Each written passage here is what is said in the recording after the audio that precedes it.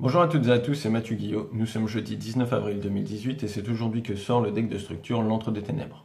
Mais je ne l'ai pas, donc je vais plutôt vous parler des imports OCG officiels de la prochaine extension Flames of Destruction. Ils sont au nombre de 8 au lieu de 10 habituellement. J'en ai déjà présenté 3 dans mes prochaines vidéos, à savoir Madolche, Freshy Start, Shadow Construct et un secteur Picofarena. Il en reste donc 5 à présenter et je commence tout de suite avec le monstre défenseur de cristal. C'est un monstre de type guerrier, d'attribut feu, c'est un niveau 4, échelle pendule 2 avec 1500 d'attaque, 1800 de défense. Son effet pendule est chaque tour, le ou les premiers monstres bêtes cristallines ou cristal ultime que vous contrôlez, qui vont être détruits par un effet de carte, ne sont pas détruits. Donc, si cette carte est activée en échelle pendule, effet continu, vos monstres bêtes cristallines ou cristal ultime sont protégés la première fois alors qu'ils devraient être détruits. En effet de monstre, son effet, c'est durant le calcul des dommages, si votre monstre bête cristalline combat un monstre de votre adversaire, effet rapide, vous pouvez sacrifier cette carte depuis votre main ou votre terrain. L'attaque défense de votre monstre combattant devient le double de son attaque défense d'origine pendant ce calcul des dommages uniquement, mais il est détruit à la fin de la damage step. Donc, c'est comme un ange de loyauté, ça va doubler l'attaque et la défense de votre monstre, sauf qu'à la fin de la damage step, il est détruit. Pourquoi c'est pas dérangeant? Parce que les bêtes cristallines, généralement, vont se mettre dans les zones magie piège en tant que magie continue lorsqu'ils sont détruits. Deuxième monstre, avant-garde de cristal. Donc c'est un monstre de type magicien, d'attribut ténèbres, de niveau 3, d'échelle pendule 5, avec 1300 d'attaque et 1600 de défense. Son effet pendule est: votre adversaire ne peut pas cibler les cartes bêtes cristallines que vous contrôlez, ou les monstres cristal ultime dans votre zone monstre avec des effets de cartes. Donc en complément avec défenseur de cristal, en effet continu, il va empêcher votre adversaire de cibler les cartes bêtes cristallines et monstres cristal ultime avec des effets de cartes. En effet monstre, vous pouvez sacrifier cette carte, ajouter un monstre bête cristalline, cristal ultime ou magie piège cristal depuis votre deck à votre main. Donc ça vous permet de tutoriser beaucoup de cartes selon ce que vous avez besoin. En carte magique, Rainbow Refraction, donc c'est une magie rapide. Son effet, si un monstre dont le nom d'origine est Dragon Arc-en-Ciel ou Dragon Arc-en-Ciel des Ténèbres, a activé son effet ce tour, tant que vous le contrôliez, invoquez spécialement un nombre de votre choix de monstres bêtes cristallines de noms différents depuis votre deck.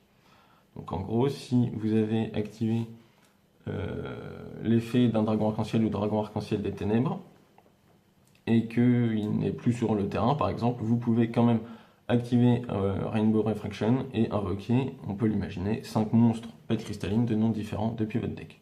Donc c'est plutôt pas mal. En carte piège,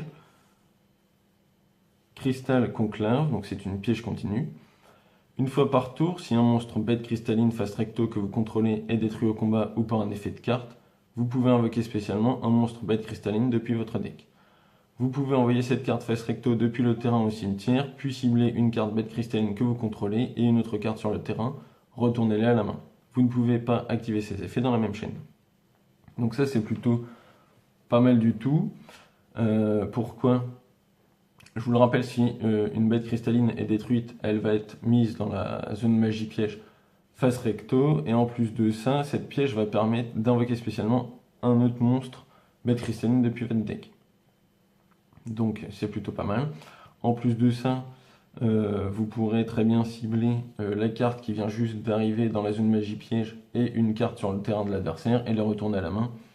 Donc c'est plutôt fort. Dernière carte, Flower Cardian Moonflower. Donc c'est un monstre de type guerrier, d'attribut ténèbres, c'est un niveau 6.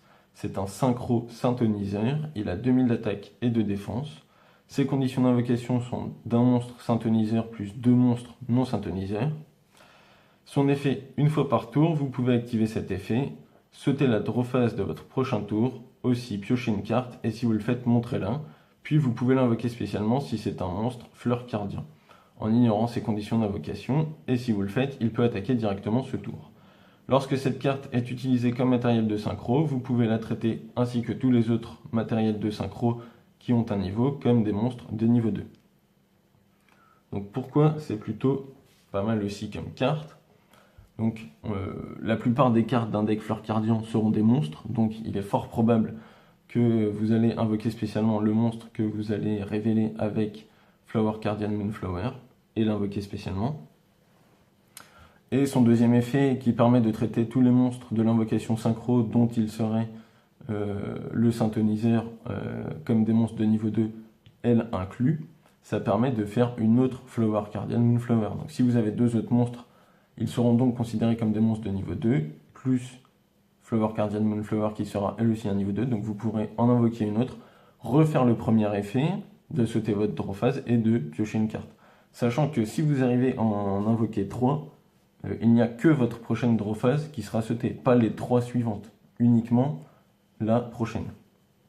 Donc c'est plutôt pas mal. Le problème du deck Flower Cardian, c'est que si ça se prend une floraison de cendres et joyeux printemps ou un hurluberlu, c'est fini. Le deck est basé sur la pioche, si on l'empêche de piocher, il ne peut rien faire.